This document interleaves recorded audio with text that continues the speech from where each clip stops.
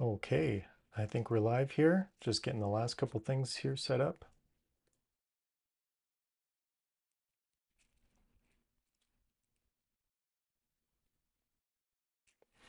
All right.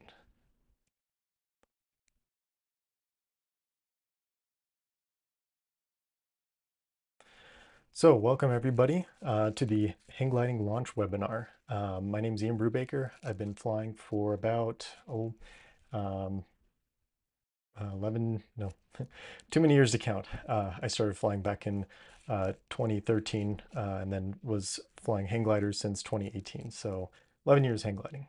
No, more than that. So right now we're going to go over some advanced launch techniques. A lot of things that I see, um, pitfalls, common pitfalls, issues with launching, I think come down to a few fundamentals. And what I want to do is just go over some of the basics for hang gliding launches that I think can really improve your situational awareness, your technique, your safety on launching. Some of these things you may not be expecting. Some of these things are a lot of bad habits that are hard to break. So I'm aiming this more towards pilots that are at the hang 3, hang 4 level. Hang 2s and hang 1s can certainly benefit from this. And I think getting a good understanding of the fundamentals at hang 2 would be great. The challenge that I think is going to be a battle that I'll be battling with is the the practice on a lot of these fundamental skills comes at the hill. And for a hang 3 or an advanced hang 2 that has a lot of practice, it's a little bit easier to translate what I'm saying into um, into practice. Whereas a beginning hang glider pilot may have a little bit of a challenge um, starting to integrate all these topics. So without further ado, let's get right into it. All right. So goals for this talk, ultimately try and give you more confidence in your practices and skills to practice in your launches. Um, the understanding of good fundamentals in your launches will uh, inevitably make you a better pilot, will inevitably make you launch better by understanding the what's really going on during a launch, not just simple heuristics of, okay, push one wing down or weight shift this way. I want to get a little bit more in depth. Uh, some of the common pitfalls and what frustrates pilots and starts to create bad habits. That's, I think, probably going to be mm, the topic that we might come back to a lot or spend a little bit more time on than maybe I'd want, and reviewing the good, the bad, the ugly. Okay, so what are the fundamentals? In a launch, I see the fundamentals as essentially four things, with the fifth thing as more of a ground control and proper glider stabilization. Uh, the angle of attack is ultimately fundamental, and we'll get a little bit more into how I want you to rethink angle of attack on the glider in a bit.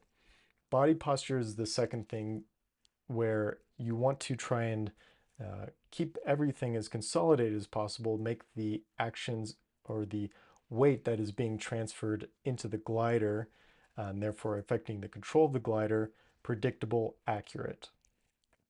Hand position, I say low hand position here, but in general, hand position, having the most leverage on the glider, making sure that you can control the glider most effectively is the ultimate goal.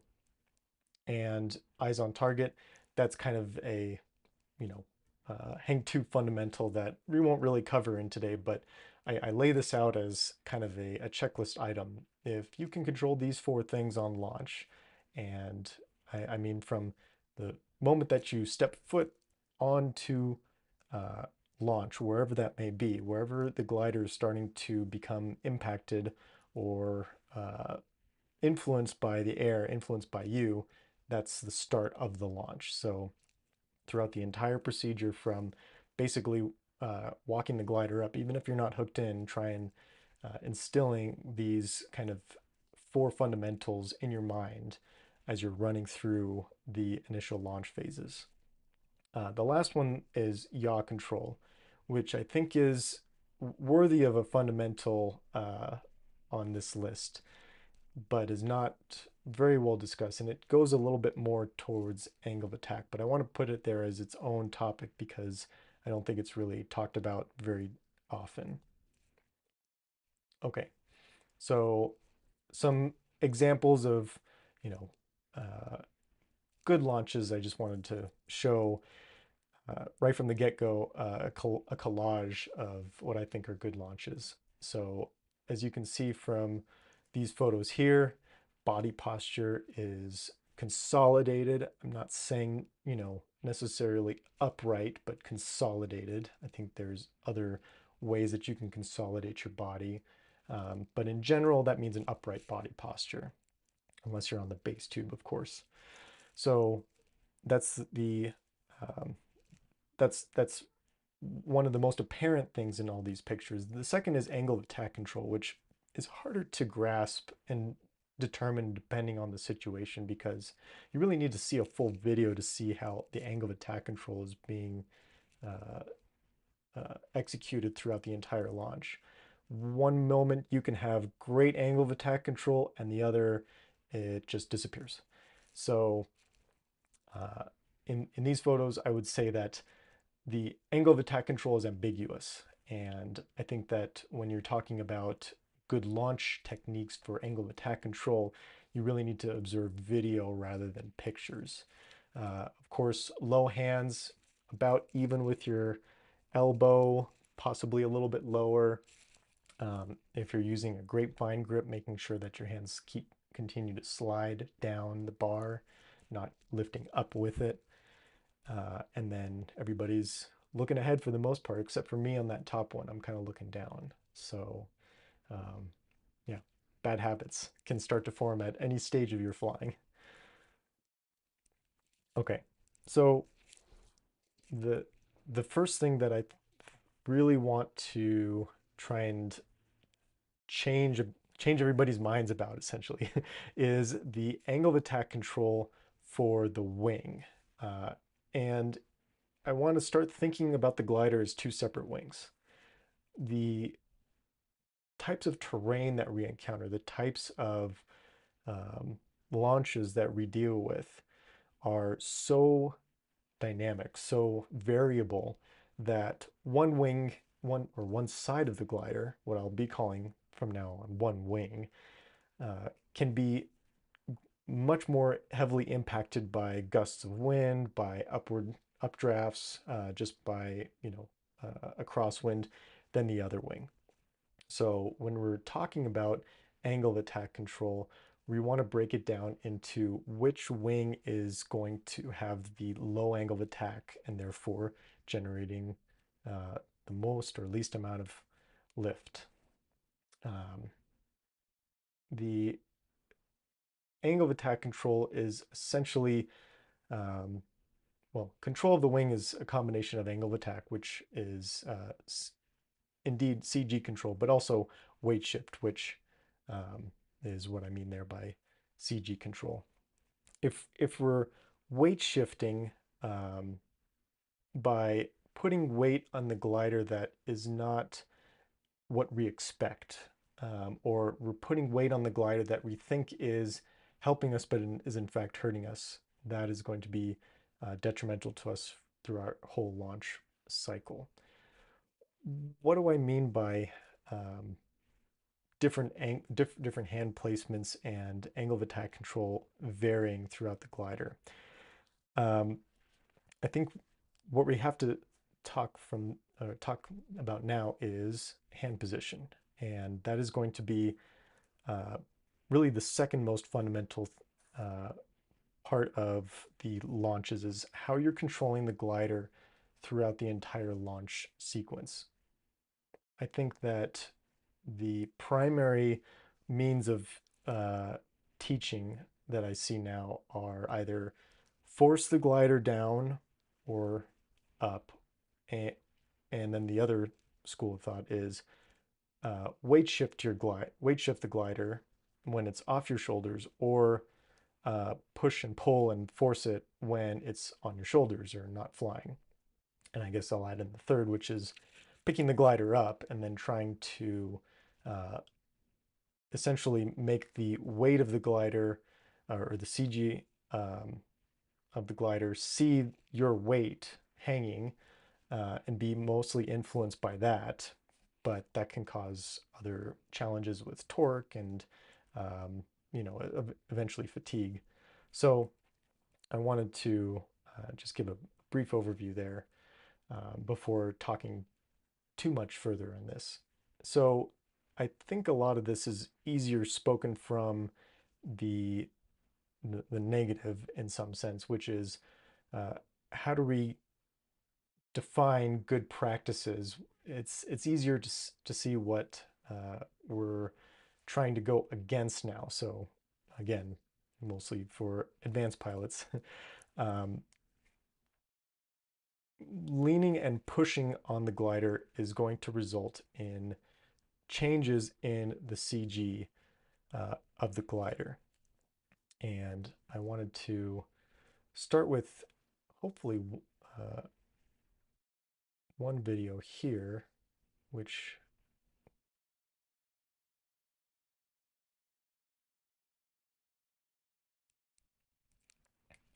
I think is a common means of teaching for flat slope or places where there's not very much hills, but it can cause a lot of bad habits to form. So notice here on this takeoff, let's see, get that centered a little bit. The pilot is essentially starting from zero airspeed and trying to pick up speed by pushing the glider. So this is what ends up happening in a lot of launches. The angle of attack for this glider is relatively high, and one could say, okay, we're we're on the slope of a hill and we would never let that angle of attack get that high. But you also have to remember there's no wind and you're not going down a slope. But if you watch a lot of other videos that have similar style launches where they're kind of snow plowing down the slope, it just looks different because of the surrounding terrain. But in fact, it's actually quite similar to what's happening here. So what are we, what are the first couple seconds of the video here? Notice how the pilot is leaning on the bar and trying to push the glider down. That's resulting in some weight shifting forward and actually keeping the nose of the glider from completely popping up. This is what can get people into a lot of trouble and start to develop bad habits, because now we're thinking that leaning on the glider is actually controlling the angle of attack, whereas in fact, it is easy to overpower the that weight pushing down, or you pushing down on the down tubes with any considerable amount of wind. And it's much more pronounced in lower performance gliders, because now you have much more sail area to start torquing the nose up. And because pushing down doesn't give you as much leverage as putting your full weight in the hang strap into the glider, that's going to result in it only working to a certain point. So when we're when I'm talking about the total CG that the glider sees, this is the first example that I think is most prominent and what happens a lot in most launches that I see is you're trying to push the glider down and gain angle of attack control that way. This this is not uh, something that is going to get you in trouble 100% of the time. This is something that can work especially in lighter wind launches. And uh, I can say that for thermic and more variable conditions, especially where you're launching from a place that uh, is not very flat, is going to get you in quite a bit of trouble. So let's let this play through just a little bit further. I'm going to increase the size of this so everybody can see it. There we go. Great. So notice at some point the glider is now fully taut, and the hang strap is fully taut. But there's the four fundamentals are still not being adhered to. So the angle of attack control is uh, essentially broken. And why is that? Well, because we've essentially run out of leverage or places to move our arms. Notice how the pilot in the video has his hands up about the shoulder height. And I think everybody can do this exercise right now, but trying to pull in at your shoulders, you've lost your physical range of motion at that point. And therefore, you're not able to effectively weight shift anymore. And your angle of attack control is therefore as far as you can pull in doing this.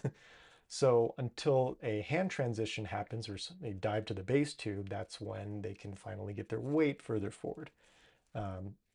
They are trying to keep their hips forward. Their body is relatively upright, so that certainly is helping, but it's only helping to a certain point, especially when you start having this negative feedback loop of pushing the glider.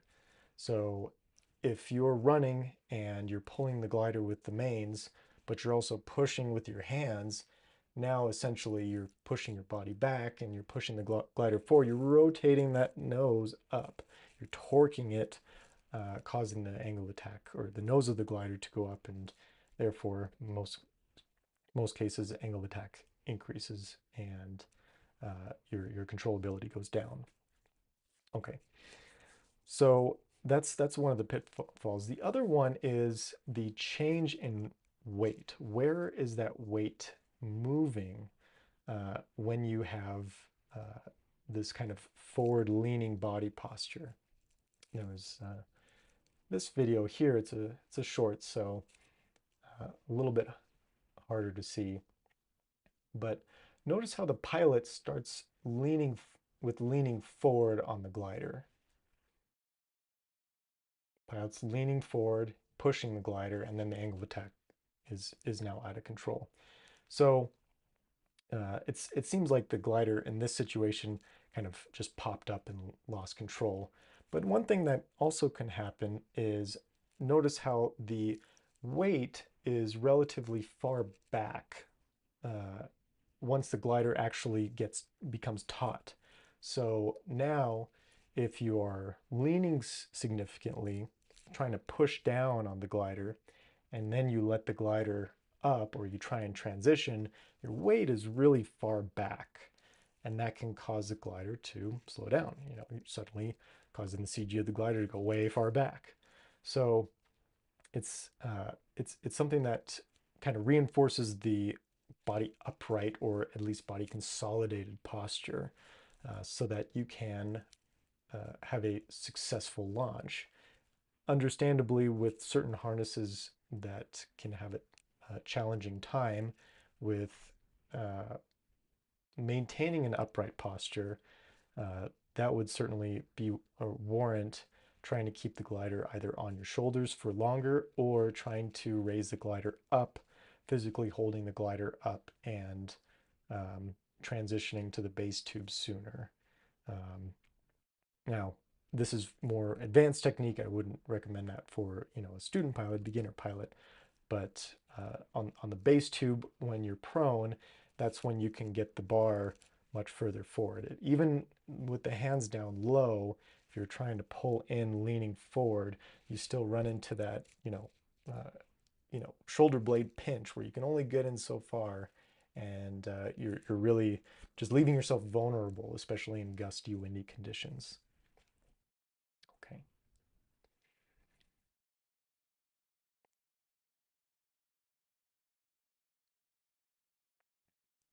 So here's a launch where the glider is at a very low angle of attack because now the pilot is, rotating the glider down, nose down, and trying to maintain control that way. But he's also leaning on it significantly.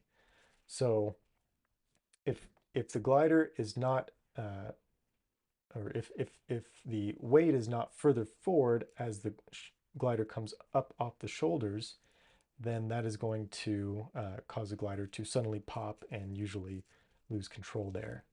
Um, this is one method that can be used if you are strong enough. I would say that physical or your physical fitness and strength does play a role into all this.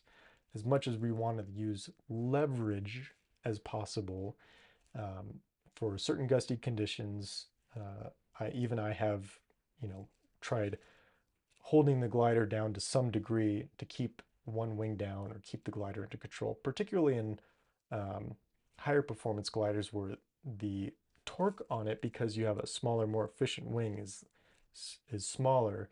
It's easier to manage that. Um, and sometimes because you lack the roll authority, that is going to sometimes give you a better sense of control. Maybe not actually better control, but it certainly makes the glider not feel like it's getting away from you. Okay. So here's one example of a launch where the glider's being held down, physically held down, and also with some weight being pulled forward because of that upright body posture. And the pilot launches without issue from there.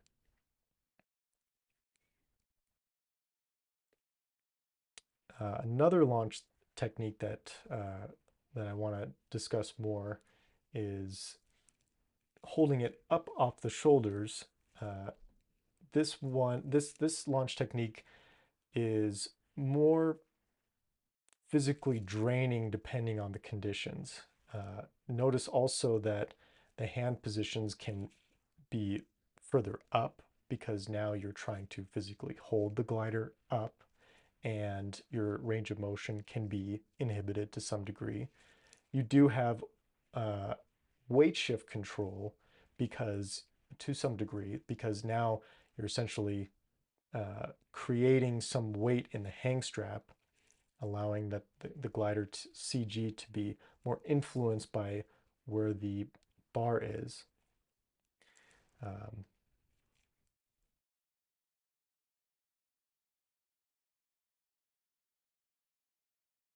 I want to pause for a second and uh, just discuss the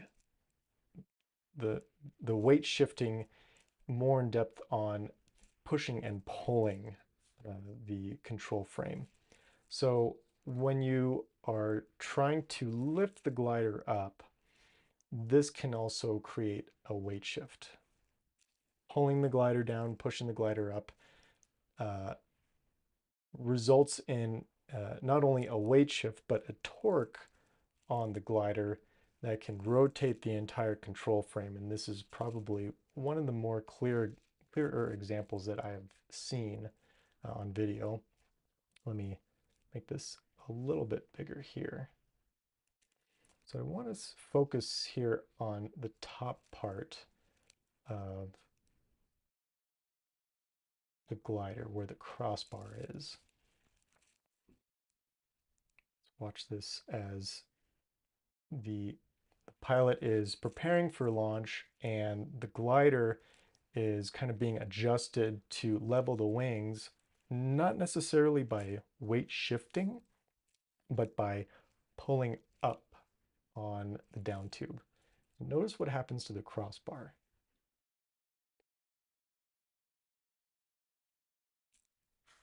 Okay, did you see that? It's a little subtle, but right here, the right hand is trying to pull up on the bar, and the crossbar is moving in the same direction. So um, this essentially is this causes a cross control. It's causing the left side to flatten, the sail to flatten, and the right side to billow. and creating more drag on that side. So uh, it's essentially it's being counterproductive um, to lifting that wing up, and sometimes it can cause the glider's wing to actually drop, especially if you're not allowing the glider's nose to yaw, because now the left wing will want to shoot forward, right? The glider's sail on the left side is flattened because the crossbar has now shifted to the opposite side of the, or to the same side as the bar you're, or down tube that you're lifting. And this can often cause wings to drop pretty rapidly, especially on lower performance gliders, especially when there's a slightly higher angle of attack that causes the, or I should say, a slightly lower angle of attack that causes the weight shifts in the sense to become more pronounced. So uh, I've flown a lot of gliders that um, don't seem to have this behavior as much. It's probably, higher performance gliders where there's not as much float in the crossbar, particularly topless gliders or, very high performance double surface gliders. So these habits can kind of form. And again, it only works to the point that you can overcome the forces that the glider's wing differential, or the lift of the glider differentially. So what I'm saying is, if you can pull that right wing up more than it wants to yaw backwards or create drag and now sink, um, then you can probably be successful at this. But uh, the easier way to go about it is more simply to try and weight shift the glider as normal, or more effectively. With pulling the glider up like this, it can be challenging. Um, but I think that does get into yaw control to some degree. Let's see.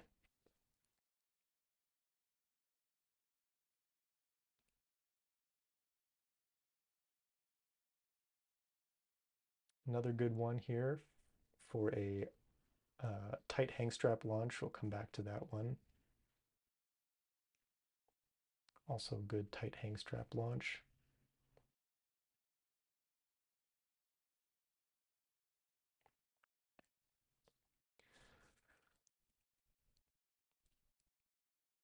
I want to make sure that I'm covering all these, fundamentals here. We're going a little bit more into examples, just because, we're not really trying to go over like from a hang two level fundamentals per se. But any questions that come up, definitely put them in the chat, and then we can discuss that, go over that. Here's a windy cliff, essentially cliff launch, where the glider is, or where the pilot is keeping the glider under control, uh, with the nose basically pointed down along the slope of the launch. Notice here that essentially the glider's angle of attack control is uh, almost none. You've gone from the glider's nose going from a, well, the angle's kind of, the camera angle is tilted, so it's a little hard to see, but we'll call it a, just for argument's sake, a 20 degrees nose down to maybe a 0 degree, relatively flat with the horizon. And the pilot is trying to pull in for dear life, and he's getting plucked off the hill essentially. This is you know looks like a relatively smooth launch, so maybe there's not a whole lot of turbulence, but in in these scenarios, um, in these scenarios, it can quickly get away from you in gusty conditions. Holding the glider down on your shoulders and then kind of leaping off launch is very challenging to accomplish safely in strong conditions. And this is where the fundamentals start to become very important. So notice here where we're at as far as fundamentals. The first step here is he's leaning on the bar. That's the only thing that's keeping the CG of the glider somewhat forward. So the hang strap is all the way in the back and not supporting very much weight.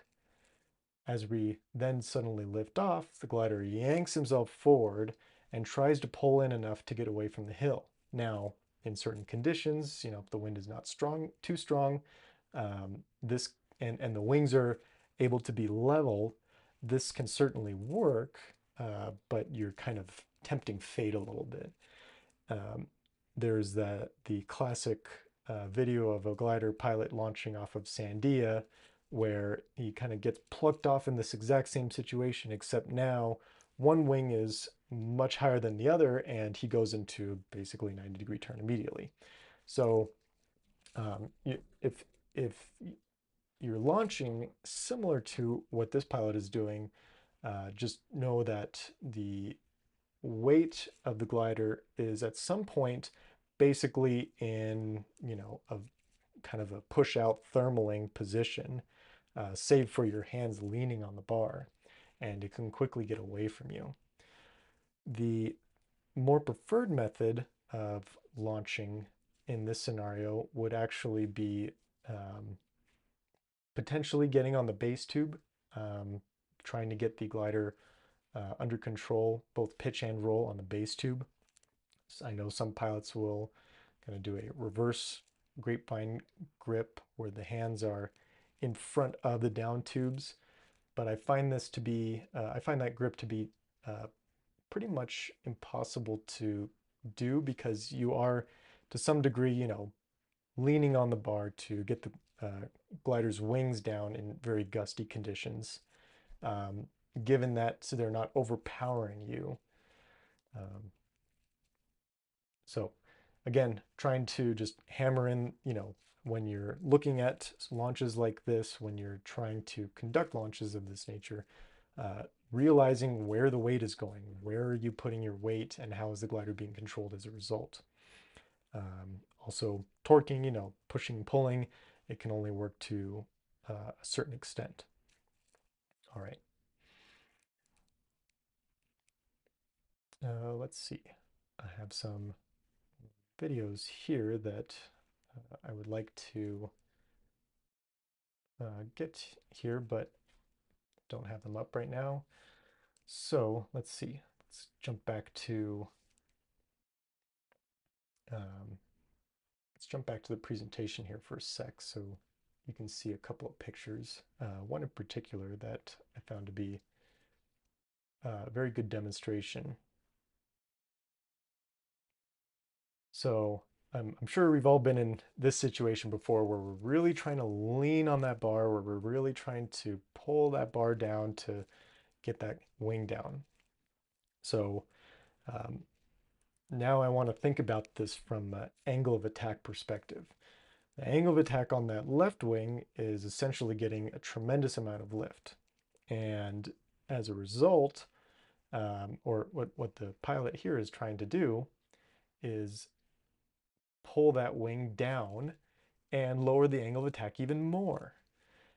You can see that it's kind of a very defeating technique until the wind calms down, or you eventually get, flipped over, or maybe the wind calms down and the wing drops back a little bit. This is where yaw control is really paramount to ground handling for a hang glider. If the pilot in this situation, instead of leaning on the bar and trying to pull that wing down, pulled the wing back and yawed the wing out of the wind, essentially decreasing the airspeed or increasing the angle of attack, then uh, then the glider's wing would come down relatively quickly. Now, it can be challenging getting that correct, and you can end up kind of boomeranging and especially in really strong conditions or gusty conditions. So practice in smooth conditions with somebody on your wire to help you uh, maintain control on the nose when you're doing these yaw techniques. But ultimately, the yaw technique is really trying to manage angle of attack. If you are yawing the glider, you're more effectively getting the wing to um, increase or decrease its angle of attack than you would by pushing or pulling the wing down. Indeed, what the game that we play when we're pushing and pulling is, am I pulling down harder than the wing is lifting on one side? And if the wing is lifting more on the one side than I can pull down, then I don't know why there's fireworks in the background. um, if if there's um, if if we're trying to pull down harder than or harder than the wing, then the wing will go down. But if the wing is lifting harder than we can pull down, then we're in for the ride. In fact, it's at that point you're probably in this negative feedback cycle where now the wing is trying to go down, but it's already producing quite a bit of lift, more so than that weight can overcome, and now it's going to start shooting in front of you and trying to get more, um, trying to get ahead of you because now angle of attack is lower, it's going to be flying more efficiently. So, um, good example here, and situation I've been in plenty of times, trying to get the glider under control. It's a battle that is very challenging. One thing that I notice, and I've noticed after transitioning to more advanced gliders, is that the ground handling seemingly gets a little bit easier. Um, all these things that we're talking about, the angle of attack on the wing, how much the wing is lifting, it becomes actually less. It's less pronounced when we're flying a smaller, more high performance wing. I mean, the glider that's in this picture here is probably a Falcon 195. And if the person was in a T2 or U2 144, well, that's, you know, 50 some square feet or 40 some square feet off of um, the wing surface area and that much less lift being produced. So uh, the the glider is going to be easier to manage by pushing and pulling or forcing the glider around in a higher performance glider, but it's still leaves you vulnerable to sudden changes, in gusty conditions where the glider can suddenly pop up. Or if you're not expecting, the glider to shoot forward, you don't have the proper technique on yawing, then it will still result in the same uh, thing as if you're flying a Falcon 195, particularly in stronger conditions. All right.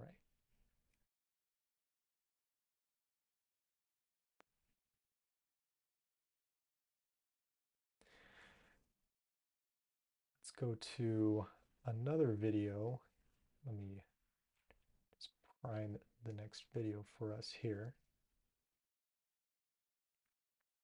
Um, one thing that I want to expand on more is the different types of launch terrains that you will encounter and the different types of um, techniques that are required for these types of launches.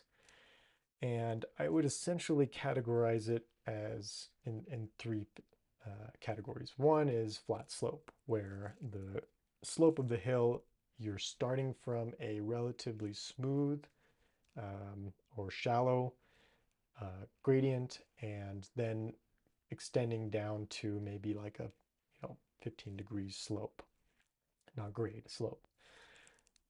That's going to be probably the easiest launch, and Um, I can explain why in just a minute. The second is going to be uh, steep slope launches, kind of what you see here, where you may not necessarily have a flat area behind you, and um, the glider is, going to be off the ground in a few steps. And then there's the cliff launch, which is like Torrey Pines, Fort Funston, right on the edge. Um, Probably somewhere like Lookout Mountain, if you were like on Bandit maybe, or potentially like all the way out to the edge on the ramp. There's there's one thing that can make the launch very challenging regardless of the slope type, and that is having terrain that is level where you're launching. If you're launching on sloped terrain, then the trailing edge of the glider is now closer to that terrain. And if the glider's trailing edge is closer to the terrain, now you have this kind of negative pitching moment, this aft pitching moment, is going to want to force the glider's nose down. It's going to want to feel like the glider's shooting ahead of you. Um, and this really leaves no other room for technique other than, holding it on your shoulder, trying to rotate the glider's nose down. Um, this is, and notice I don't necessarily say holding the glider's nose down. I want to say also rotating it down. So um, you have a great amount of angle of attack control when you are when you have the glider on your shoulders, rotating the glider's nose down, as evidence in this video, but also the one where the guy got plucked a little bit here. Um, it's hard to determine how exactly he was holding the glider down. It could have also been that he was just holding the glider's base tube on the ground. And that's a lot of leverage, with the base tube all the way on in the dirt and you basically pushing forward with your shoulders, that's a great amount of leverage. Um, if you're on a slope that is particularly steep, like a point of the mountain on the south side, on the side of the slope, then that's almost the only way that you can launch in very high wind conditions because the glider's immediately going to want to start getting pulled forward. So at some point, uh, your toolbox in these types of launches gets narrowed down to having it on your shoulders and forcing the glider down. If you try and pull it up, then you're just going to go flying. Um, for shallower slope launches, your toolbox expands a lot more. You've got basically everything in your toolbox, from launching it on your shoulders, letting it come up and weight shifting, you holding the glider with a hang strap taut and doing yawing. And then for cliff launches, that's where I would say more you're more married to either having the glider up off your shoulders, very controlled with your hands on the base tube, down tubes, very much pulled in, or on your shoulders, very solid, with the glider's nose pointed down. And uh, you could argue that well, aren't those the only two types? Yes, because unless you're leaning on the bar um, and putting weight where it's not really creating any kind of leverage. You're not controlling the angle of attack. You're just putting enough weight on the nose of the glider to get, off the edge of the hill and far enough away that you can then throw your hands on the base tube or transition, whatever. So I'd say that's kind of the third style. That's, will basically always get you in trouble in a situation like cliff launch. Let's go back to this video here and watch this launch. So this pilot is keeping the glider's angle of attack under control by rotating the nose down relative to his shoulders and keeping the angle of attack low as he runs down the hill. And almost in some sense a little bit too low because now you want to follow the terrain of the hill. You want to take a couple steps down the terrain of the hill and then allow the glider to fly away rather than suddenly getting popped. And now you got to pull in, gust comes in, you get off centered. That can quickly get away from you.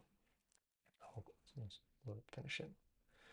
So, okay, pretty good launch there, off in a few steps. This is really a high altitude launch, so it takes a little while for the glider to actually start flying. But notice here how the hang strap is almost all the way back. If the glider popped up in this situation, weight would be very far back, and you would probably have the glider's nose pop, a little bit of a panic, try and lean on it. Okay, now I got it, but I got to keep running. You start pushing on it, kind of a challenging cycle, negative feedback loop that's happening. If you rotate the glider's nose down and keep it on your shoulders until the glider starts flying and lifting off your shoulders, now you have positive forward pressure on the down tubes by pulling in and allowing your body to move forward with the glider before it actually becomes tight. So uh, let's see, back it up just a touch here.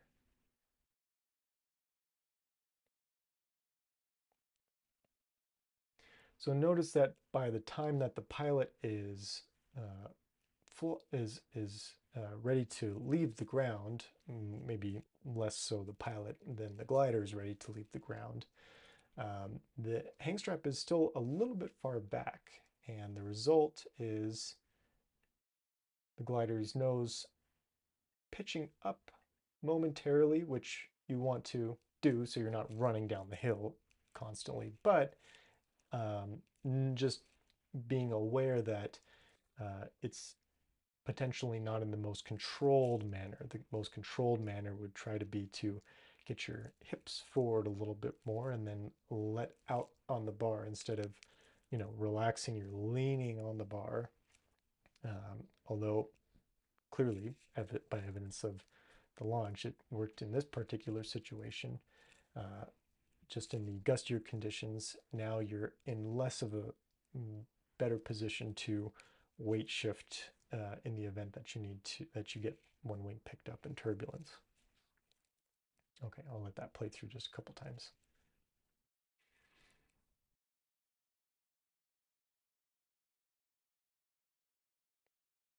But notice how the pilot is keeping the glider relatively low. The knees are bent a little bit to kind of be prepared to brace the base tube back on the ground. And this is kind of a common hedge when you're launching in gusty conditions. You say, well, I don't want the glider just to get picked up and, all of a sudden lose control. If you're there by yourself, or maybe, you have limited wire crew, or you don't have wire crew that you trust enough. Having this kind of squat down low, base tube hovering near the ground can serve as a good hedge in gustier conditions to get you back under control quickly. Eventually, you will need to bring the bar up enough so that you don't trip on it, but that's a common technique that is used relatively effectively to try and get the glider back under control. Now, again, talking about the yaw control, if you're trying to put the base tube down in this situation, and you're leaning on one bar, or you're stepping on one side of the bar, you can expect that wing to start moving ahead of you. So if you're pushing the bar down on the right side or trying to step on the base tube on the right side, that right wing is probably going to start shooting ahead of you. So it can't just be, especially in these very tense, high or very steep launch, rocky, limited space.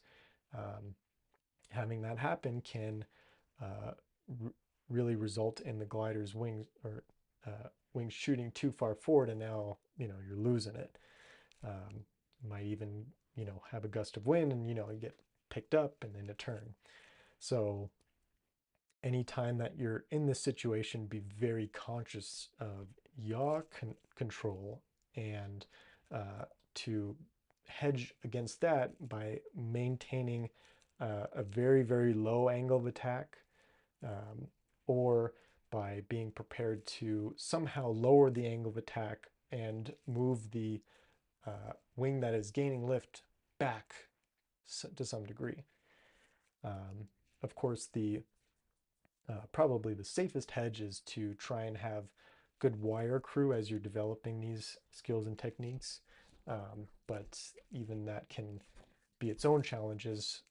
For example, if somebody started sliding down the hill, or if the terrain was particularly inhospitable, um, maybe in certain situations, if it's early enough in the day, you got one wispy Q in the background there, that picture, it's probably still relatively early in the day. Um, it, it's kind of a trade-off between, trying to have or trust the pilot on the wire, or spectator, or whoever, friend, trained personnel on the wing, versus you controlling the glider's uh,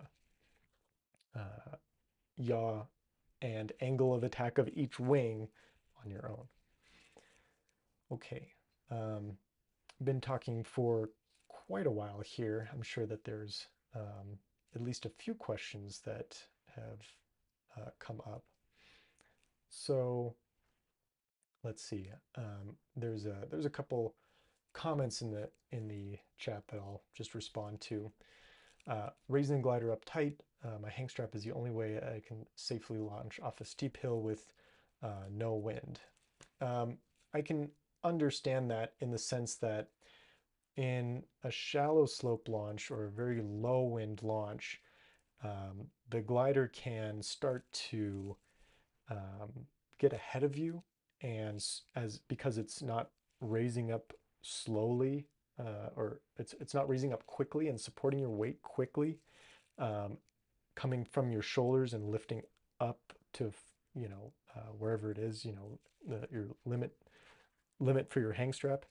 Um, it can cause you to trip. It can cause you to lose your step, or um, may not as safely get you off the ground as if you were holding the glider up. The problem with holding the glider up is now you basically have to, rotate and control the down tube. This hand is the down tube. This hand is my hand wrapping around the down tube. Now I have to kind of control the angle of attack using my elbow, the crux of my elbow here, and my hand.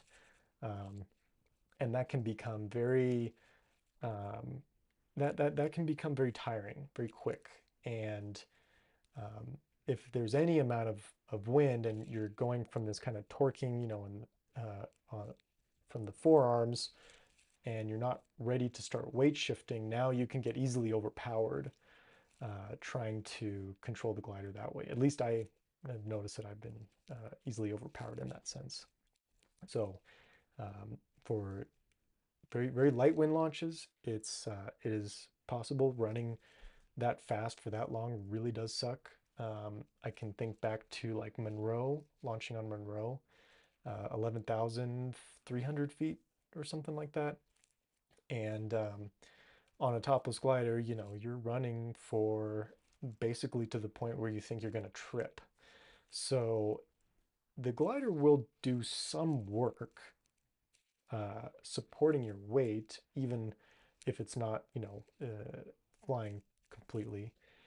There's there's there's still a bit of a hedge against tripping if you're getting the glider to support your weight sooner, because now you're not demanding so much from each step, but you still have to take really, really long reaching strides. Um, there's a couple videos here that I hope that I saved. If not, then I'll dig them up closer to the end after I get through questions. Um, that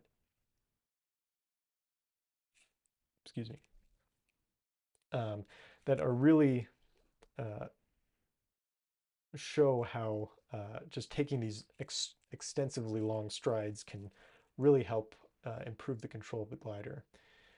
In fact, it's in the PowerPoint slide here. If you can see Erica here.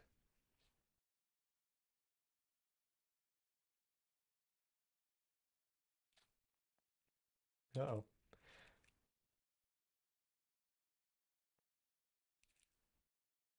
Come on, work. Well, looks like my presentation scene got locked up there. That's okay. If you watch Erica's launches, I don't think that there's any better display of long strides than her launches. She has that technique very well mastered and just taking these really long reaching strides. Okay. Um, Hopefully that kind of touches on that. Hang strut tight works well in laminar air or no wind, very bad switchy turbulent cross conditions. I uh, would disagree, and because I will show you this video right now of somebody launching in turbulent cross windy switchy conditions with the hang strap tight. And I think that because it's a high performance glider, there's a little bit of um, forgiveness in how the glider reacts. It's a little bit less prone to, maybe a gust of turbulence. But notice here how the pilot, I think this is Diver Dave, immediately getting control of the angle of attack by lowering one wing and raising the other. In a sense, balancing the glider, creating about equal lift distribution on each wing. And the hang strap is tight, and he's controlling the glider not only by pushing and pulling on the glider by lifting one side up and trying to get one wing down, but also allowing the glider to yaw to allow for the uh, for the wing to be balanced. So uh, yeah, really nice launch there. This could also work on the base tube.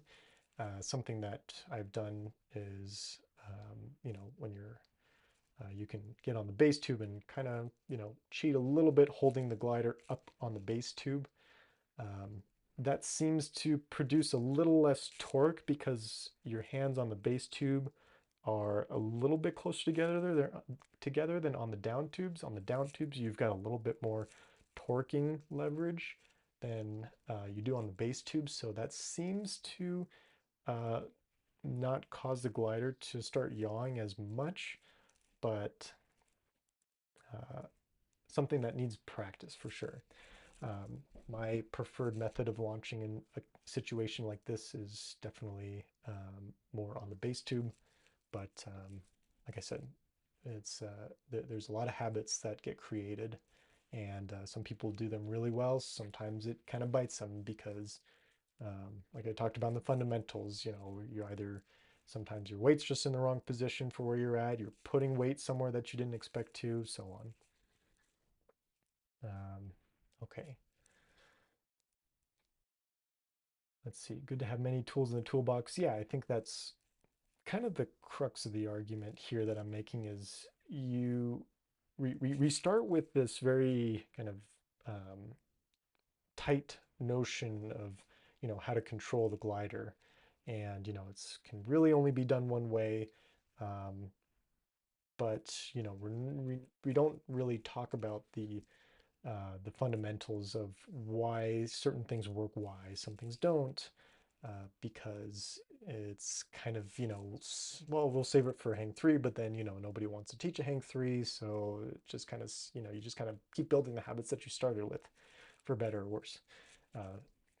So I think that having that knowing what tools result in what actions and where there are pitfalls can give you some uh, better guidance on how to execute them, choose a specific style for your launch, so on.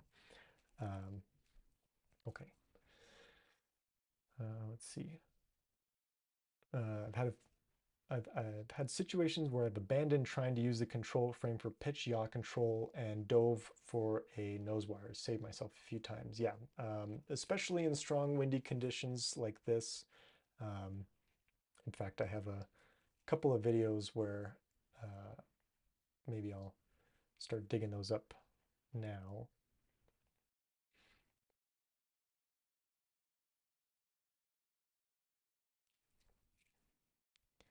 Let's see.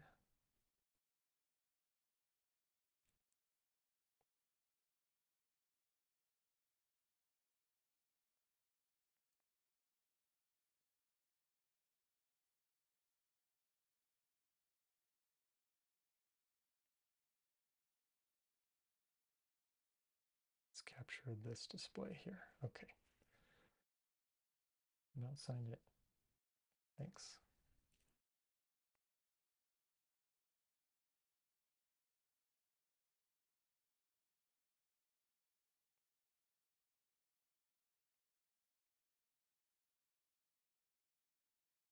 Um, so for move that back.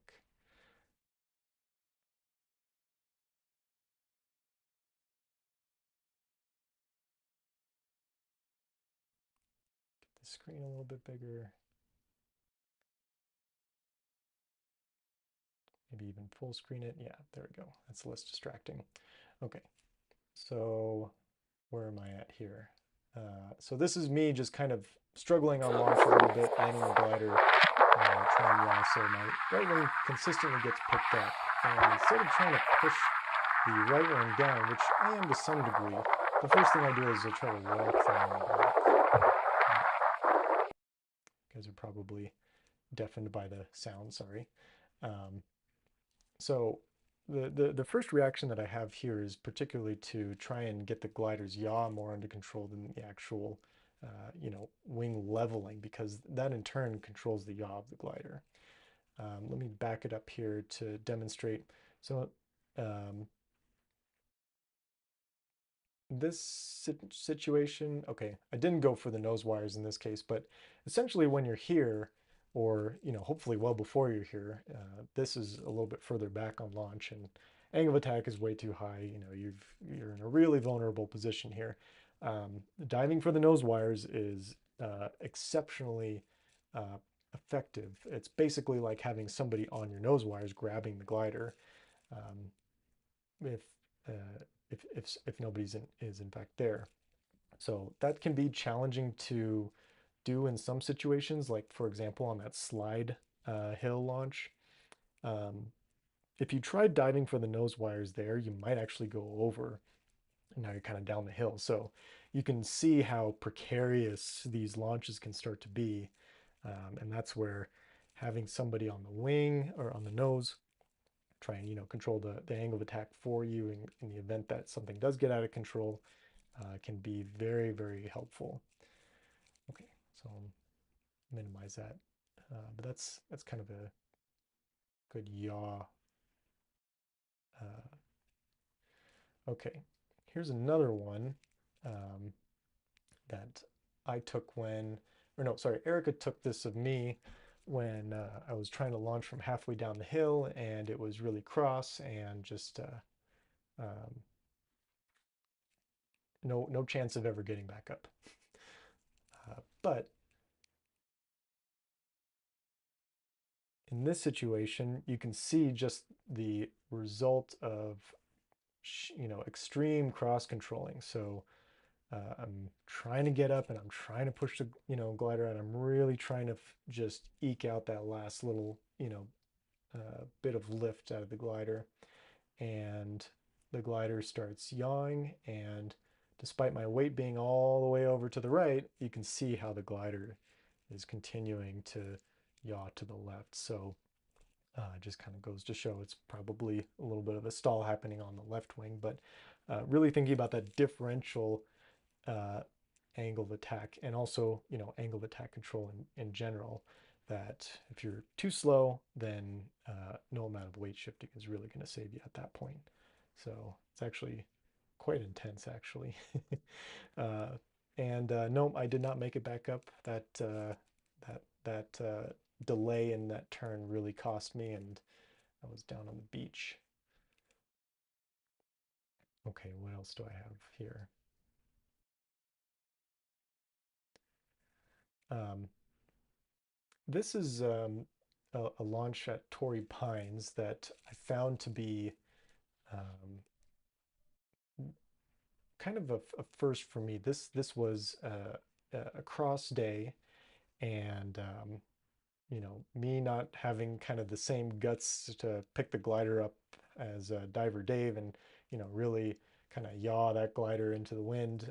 This is where I um, was actually somewhat leaning on the bar on the right side and trying to keep that right wing down and the left wing high intentionally. And that way I was essentially, balanced in the sense that the glider's left wing wasn't going down, but it was by virtue of essentially leaning on the bar. The conditions in this situation were light enough to allow for that, but in this particular launch, it was too gusty or cross. I forget the exact. I think it was just a combination of kind of a weird place on launch that I didn't ever get it balanced off of my shoulders. I kind of had to hold it down. And you can see that right wing kind of popping up pretty quick after that launch, or after I actually let the bar out a little bit. So yeah, running down the hill, and you can see trying to maintain the angle of attack under control. It gets a little bit away. Glider's hang strap goes tight. And, for beach launches on a Falcon, uh, doesn't take a whole lot to get off the ground. So that's kind of one of the unusual launches that I've had. Kind of sticks with me, and good to have a little bit of video of that too. Okay. Maybe I'll take a question here while you contemplate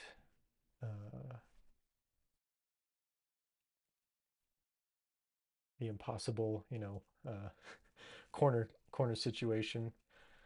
Let's see. Speaking of long strides, Erica's found that with a backplate harness like the rotor, the boot hits the back of your feet with long strides, making it hard to run.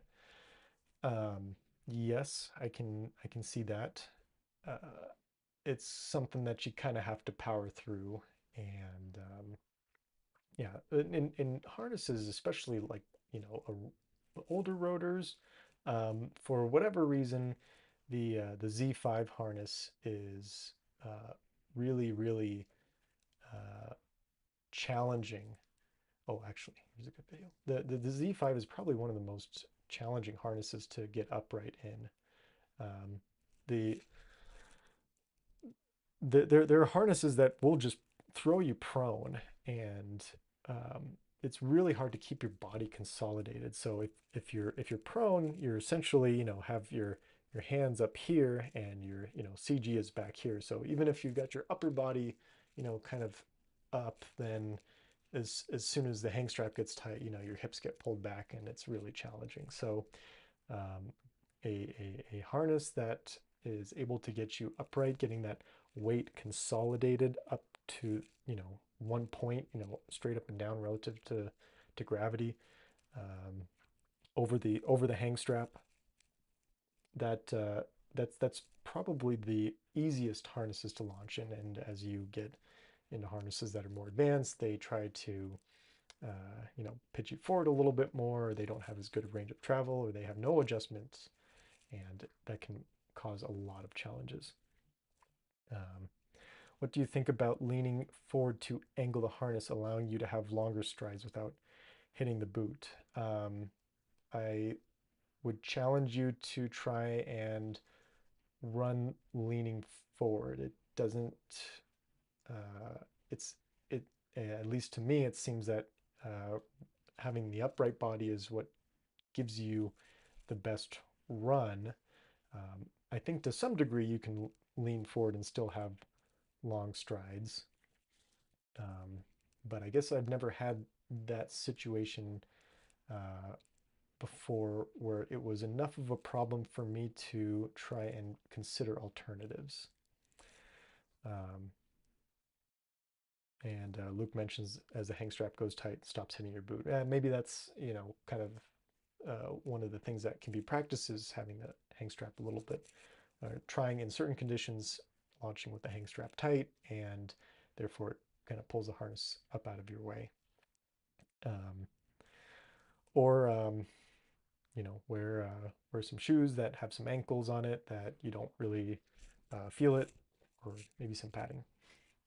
Okay, there's a good video here, and this is kind of shows diving on the nose wires. So this is more like a ground handling technique more than a launch technique. But you can see here, too windy to launch, so I'm backing off the hill, and really I'm controlling it on the keel. You can do that on the single surface gliders, but on the double surface you'd be on the nose, and you can kind of walk it back, by stepping it one step at a time back, and you'll even see that um, eventually, as I start to move back, I'm controlling the glider using one foot to keep the bar down, keeping the weight on the glider, and also controlling the angle of attack on the nose. That way it doesn't get too far away from you, because the base tube on the ground is really stabilizing, almost to the point where people just use it as a crux.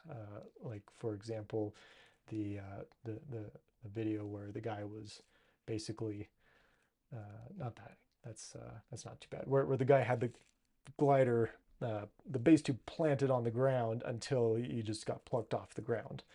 Um, it's really stabilizing. So if you can kind of step things back or help get the base tube on the ground to get the wing under control, that can also counteract some yaw action if you don't have wheels or if you have skids. If you have wheels and you start putting the glider, pushing the glider down, you're in for a bad time. There's no roll, there's like almost no rolling resistance, and it's just gonna shoot ahead of you. Here's one that kind of exemplifies, there's a lot of there's some pitching, trying to get the glider's nose down, but it's one of those days where I think this might have been like a Saturn, and it's strong. It's strong winds, and the glider's really trying to pluck you off the ground. Let me make this a little bit bigger here. And by no means do I want to call anybody out. I've had, situations where I felt like I was pretty close to being in this exact scenario as well. So, yeah, nothing against the pilots here. This is all just, for learning's sake. Okay, let's start it. So there's probably some combination of trying to hold the glider down. See how it's just eking off the shoulders there? It's kind of in this gray area. As soon as you get in this gray area where it's not quite up, taut on your hang strap, it's not quite on your shoulders. That's where you can really start to um, have challenges controlling it. Now, again, if you're big enough, if you're in light enough conditions, yeah, you can throw that thing down pretty easily. But as soon as you get to a higher wind scenario, then you're going to get tossed around very quickly. So I think this is not necessarily um, a situation where pushing caused the wing to pick up. I think it kind of got picked up imbalanced in the first place, but you can see how quickly it can get away from you. So I don't have anything, in particular to say other than, if you're in a situation like this, using the hedges to try and keep the glider under control, with such as keeping the base tube a little bit closer to the ground, making sure that the angle of attack is controlled by rotating the nose down versus trying to lean on the bar. Um, letting it come up with wire, letting the glider come up with wire crew to assist you, if and then trying to weight shift the glider, yaw the glider if you notice one wing getting picked up. So there's a lot of things, and also before the glider gets, to the point where you're about ready to be picked up, you can kind of suss out how how the wings are being balanced by just lifting the glider a little bit off the ground, maybe like an inch or two off base tube off the ground, and feeling it there. Yes, you are leaning on the bar, but you're kind of hedging against, or you could keep the glider under control by rotating. It doesn't necessarily have to be leaning on it, but again, then you can start to feel where the glider wants to yaw, and see how the wing is lifting. um, I want to emphasize, looking and seeing what's happening to the glider. If it feels like it's pulling you one direction, usually the initial reaction is to start, using that opposing feeling by pushing and leaning on it more. And, gone over in great detail at this point how that can get you in a bad situation. So looking and then really analyzing the situation on how to get it back under control, rather than, kind of going head down and saying, oh, I'm feeling it going this way. That's going to get you in trouble more than if you were to just look ahead and see what's happening. Okay. Uh, Rocks on the right, bushes on the left, trash here. Yeah. um, there's a lot to launch technique that is just, picking the right spot. I guess as much as I'll say for this without going into great detail is, if it don't feel right where you're at, and you move, you know, a foot over to the right or to the left, you might be surprised how much better the air is at that point. So kind of analyzing the geography and adjusting as necessary, just because, especially in windier conditions, unless you're in slots, or you have particular, like, obstacles like boulders on one side, if you move a little bit over and you're analyzing the launch and saying, okay, I think that this is going to be reasonable enough for me to clear, there's not any major obstructions, then I think that's well worthwhile. And similarly, I've been on launches where there was nothing but one way to go, and if you can't keep the glider under control at that point, then that's about time to call it a day. You're running out of options. Okay. Um, I don't want to drag out the webinar for too long. I think that attention, my attention span certainly, I don't know about all you guys, but it certainly does wane a little bit.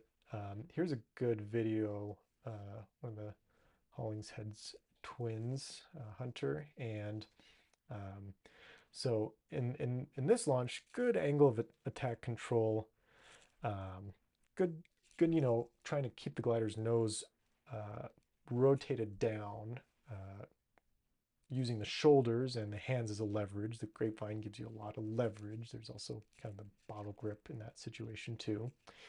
And notice here how, as he starts to launch, he starts leaning forward a lot. Now, very athletic people, or people that do a lot of stretches, you can see how far back his hands go. But if I can leave this exercise to you guys, if you're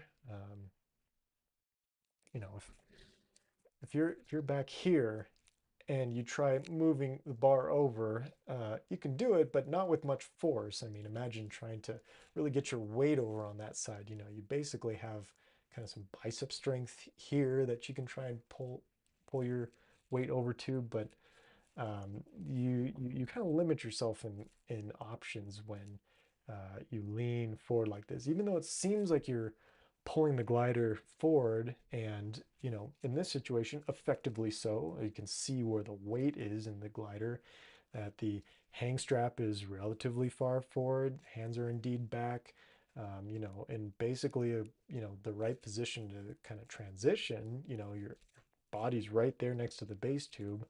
um, but it can get away from you. It's in stronger conditions, somebody might try and dive to the base tube real quick to get under control.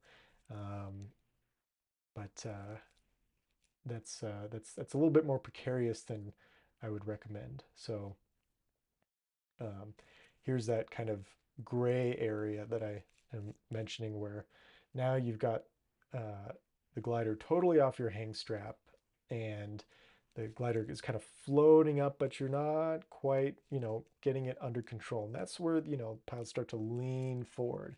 So if you're leaning forward um, and trying to uh, launch aggressively like this, then you're leaving yourself open for the glider's angle of attack to start to kind of drift, or go out of your control for a moment, until you suddenly just launch yourself, laying down in the harness, or bring your hips further forward. So ideally, what I would like to see is keeping the body more controlled, and letting the glider, if it's starting on the shoulders, keeping some positive pitch pressure, and as the glider starts to float up, slide through the hands, and keep the glider's angle of attack low as you pick up more speed. So, I've been doing a lot of talking on launch. Watch the launch. And he gets off the hill. Okay. And I know that there's a lot of people that launch like this, and have been doing it for probably many years. Um, know know why it can work and why it can get you in trouble, especially if you're not practiced in it. Let's see any other launches that I see here. I've got another one. Uh, this is one where the glider's hang strap is tight and it's in a little bit more switchy condition. So notice how much yawing action is going on. This is having the hang strap tight, especially in a little bit of wind, to help control the pitch. And I think this is on a bit of a slope too, so there's a little bit of a negative pitching moment. The glider wants to, you know, automatically kind of pitch forward a bit. So in the right wind conditions, you can kind of balance it in that situation, where the glider um, is not surging forward in front of you, but you're not necessarily pulling in a ton. So that can be kind of a nice situation to be in. But notice how there's a lot of pushing and pulling, and because it's on a higher performance glider, um, and probably relatively low wind, that it's easier to get away with that. So that's where I say it works, but you would do much, much better by just yawing the glider a little bit, actually changing the angle of attack of the glider to keep it more balanced on each wing, rather than trying to force that one side down. Now you're increasing the angle of attack on that side, and you're just putting yourself into a more precarious position. Okay. I think that's most of the videos that I had. Let's see. And of course, if there's anybody that wants to share some videos, then you're welcome to post them in the chat there. Let's see. Any other videos that I did not go over yet?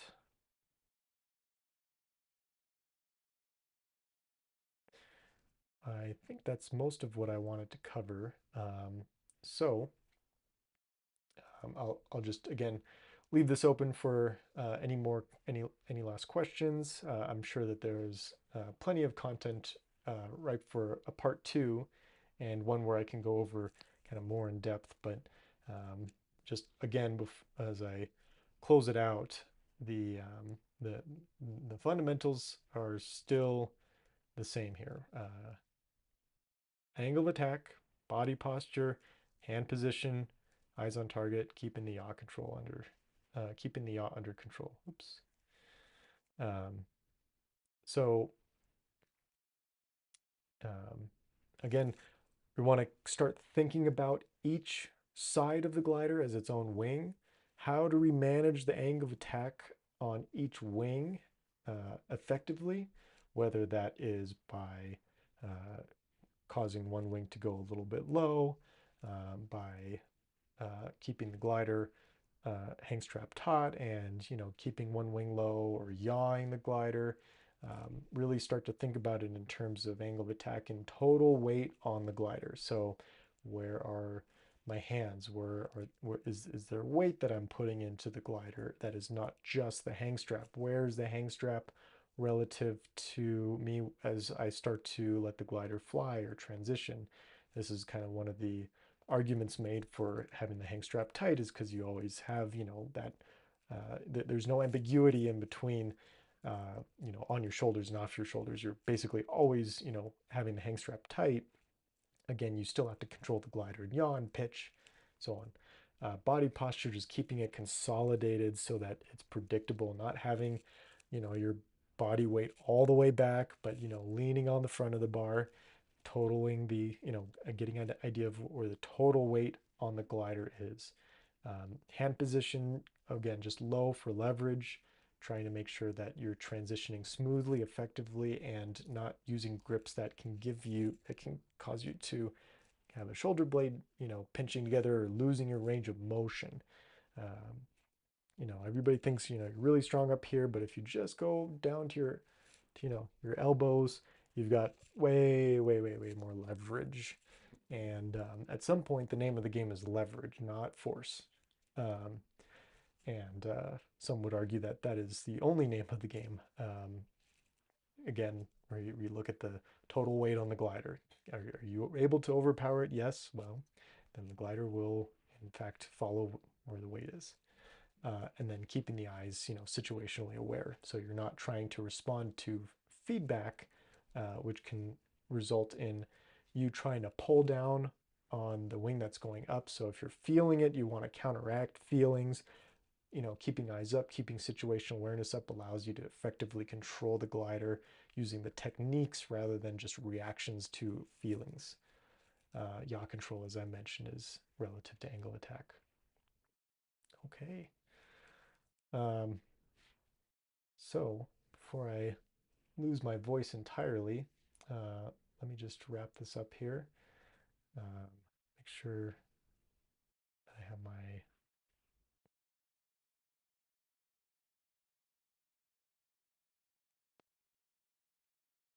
my chat in a separate window. You didn't talk about base tube launches much. Any tips for making it feel less awkward when you're leaning, hunching forward? Um,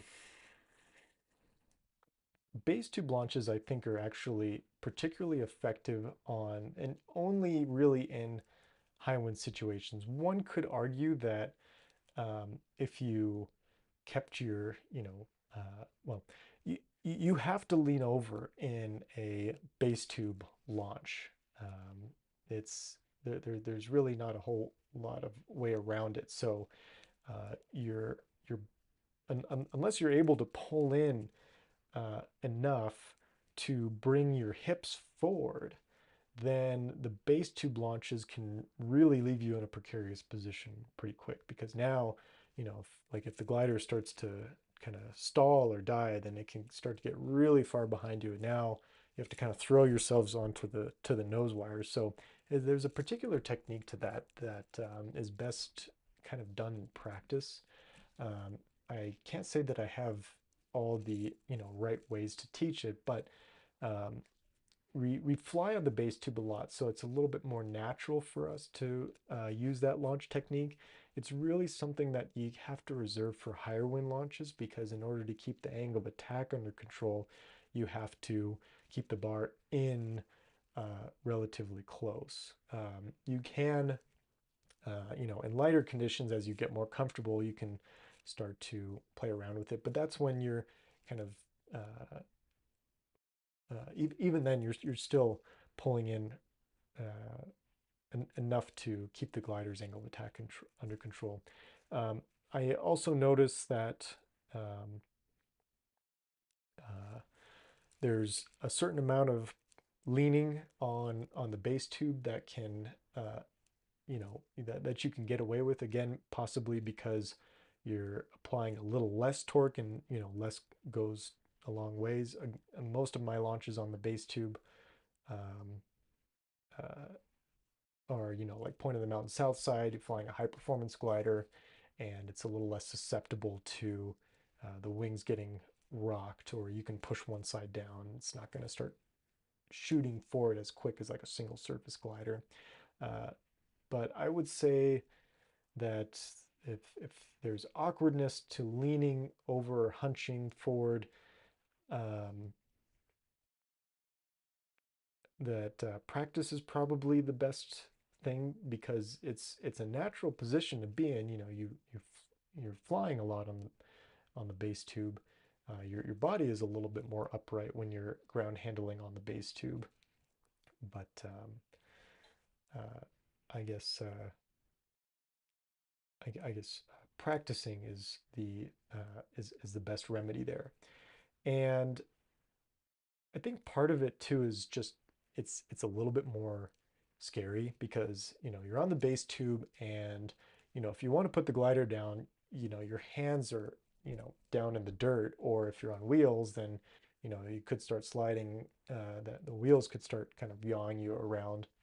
And um, if you're launching on the base tube, uh, you need to be comfortable with getting to the nose wires, because you can't effectively transition back onto the down tubes, especially if you're in really high winds, without leaving yourself vulnerable.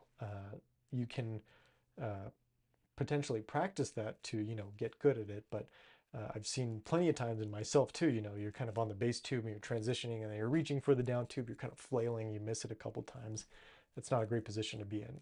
On the nose wires, you basically have so much pitch authority, so much angle of attack control, that um, you can set the glider down in like 2 seconds with very little force. So I think that's probably what will help make it feel a little less uncomfortable. Um, Awkwardness as far as like where your hands are, kind of this flying position, you're kind of like squatting. Um, I guess one thing that I try to do is, instead of just hunching over, straight prone, I kind of squat in the harness, and I'm upright a little bit, but I also hang relatively low to the bar. So if you're ground handling on the base tube and you're really high up, then you're kind of like, full arm extension, and it's really hard to get a handle on controlling the glider effectively. So I would say that probably the thing that will help improve or lower the awkwardness of base tube launches is making sure that you're at appropriate distance from the base tube when you're flying prone. And that gives you, and that puts you close to the base tube on ground handling too. So you're not having to reach out. If you're full extension on ground handling on the base tube, you're really high. And you either have to hunch forward a little bit more, or you have to lower your hang height. Again, making sure to do a proper hang check. Don't go fly below the bar. But if the base tube was up here, by your neck, it'd be pretty easy to ground handle, because you got all this range of motion up here. Down lower, you've got you can get to full arms extension, and then now you're trying to pull one side up, and then the glider's wing keeps going down, and you're like, oh no. So you have to yaw it. Okay, hopefully that helps a little bit. That's all the questions that are on here. Hopefully we'll dive a little bit more into this. Hopefully I'll get a little bit more consolidated for a part two talk, but there's lots to talk about, and I'm sure more details to expand on that didn't quite get picked up here. So, all right, everybody, well, have a great night, and fly safe.